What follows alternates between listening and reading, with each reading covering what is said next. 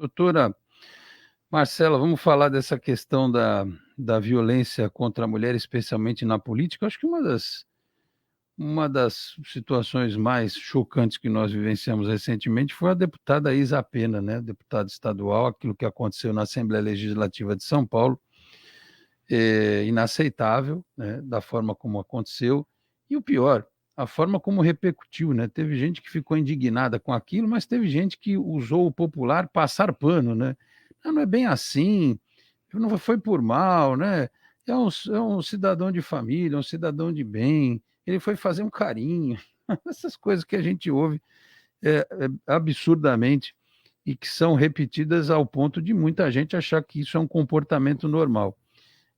Neste processo eleitoral que nós estamos vivendo, essa questão da violência contra a mulher na política, ela está tendo o debate que deveria ter, doutor, na sua opinião?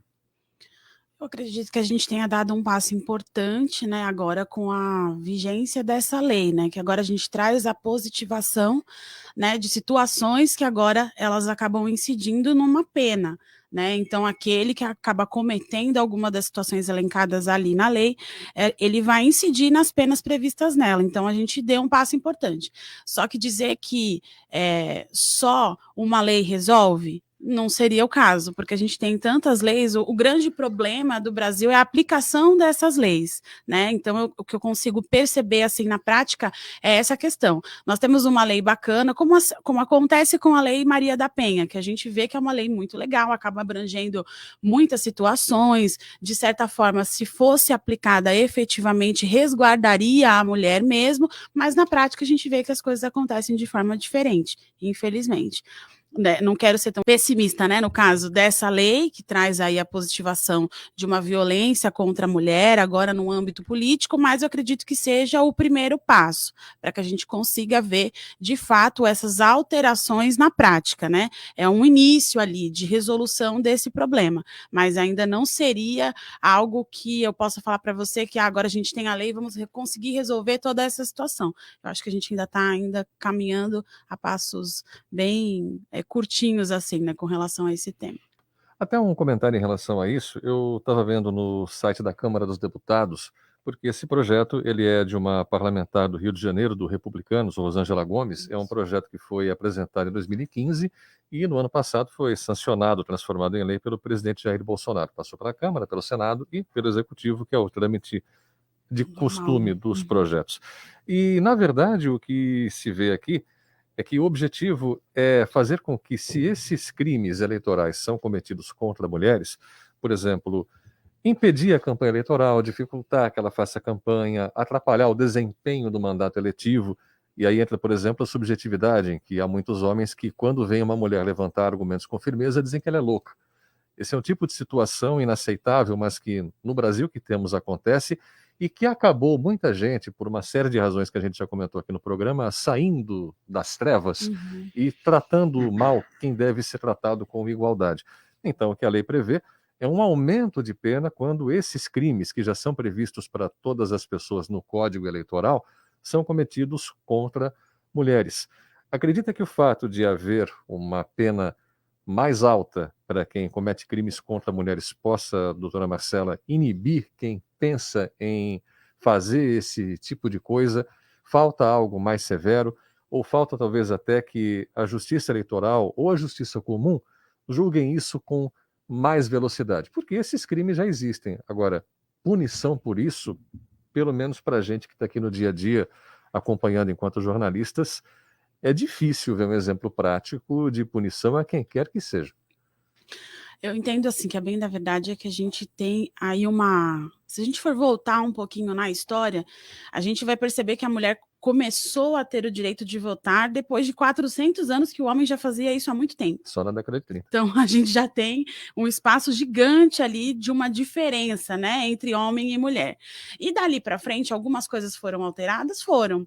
A mulher começou a ter uma maior representatividade, começou a ir para as urnas e tal, mas isso acabou não refletindo em outras coisas. Respondendo especificamente aí a questão da sua pergunta, é o que a gente estava conversando no começo. Nós temos uma lei bacana que agora aumenta a pena para quem passa a agir da forma como ela repulsa, né? Só que isso só vai resolver Eu acredito que não, porque a gente precisa da aplicabilidade dessa lei. Então, precisa fazer um controle, que é a mesma questão da Lei Maria da Penha. Depois que nós tivemos a Lei Maria da Penha, houve uma mudança na violência contra as mulheres? Basicamente não. Se você for olhar os relatos, eles acabam aumentando. Então, a questão do aumento de pena, ele passa a ser interessante, mas a aplicabilidade dele é diferente, porque quando você vai lá na delegacia fazer essa denúncia, ou quando essa pessoa ela é pega em flagrante fazendo essa situação, quem aplica a lei acaba não fazendo da forma correta, acaba não fazendo no máximo legal, acaba não fazendo da forma determinada na lei. Então, ou libera a pessoa, ou diz que aquilo não é uma situação que pode ser aplicada na lei, e aí a gente vai vendo todos os termos inseridos naquela lei sendo desvalorizados. E o pior é que agora na campanha eleitoral, a doutora sabe que muitas mulheres vão fazer a campanha, porque uma coisa é o processo eleitoral, depois é quando ela está eleita. Vai chover aquele tipo de manifestação, e aí o Rafa sabe bem isso, porque os covardes se escondem na internet, perfis falsos, o cara não tem foto de perfil, às vezes até tem, mas ele roubou uma foto de alguém lá da, sei lá, famoso, da Nova né? Zelândia, se botou lá no perfil dele, e aí a mulher já passa por esse processo de violência na campanha, e é uma briga terrível para ir atrás de quem ofende, de quem difama, né?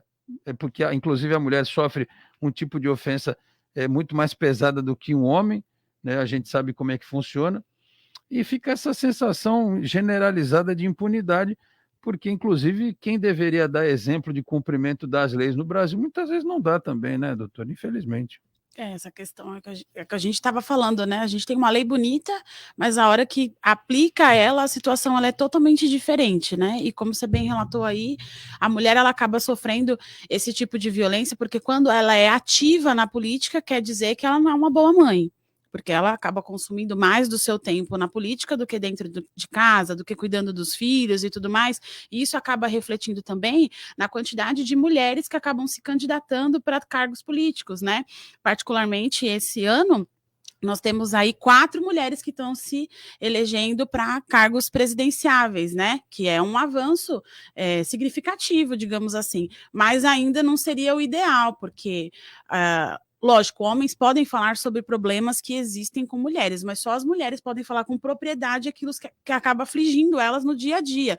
Então, é diferente um homem falar sobre um aborto e uma mulher falar sobre um aborto. É diferente uma mulher falar sobre salário maternidade, sobre outras questões relacionadas a mulheres, políticas públicas, né, que deveriam ser aplicadas para mulheres, do que um homem. Então, eu acho que isso acaba refletindo bastante. Embora o cenário seja um pouco triste, né, da gente ainda ter... Nós temos aí um eleitorado de mais ou menos 54% que são mulheres votantes, mas isso não acaba sendo a mesma porcentagem de mulheres que se habilitam para cargos políticos. Então, tem uma grande diferença ainda nessa situação.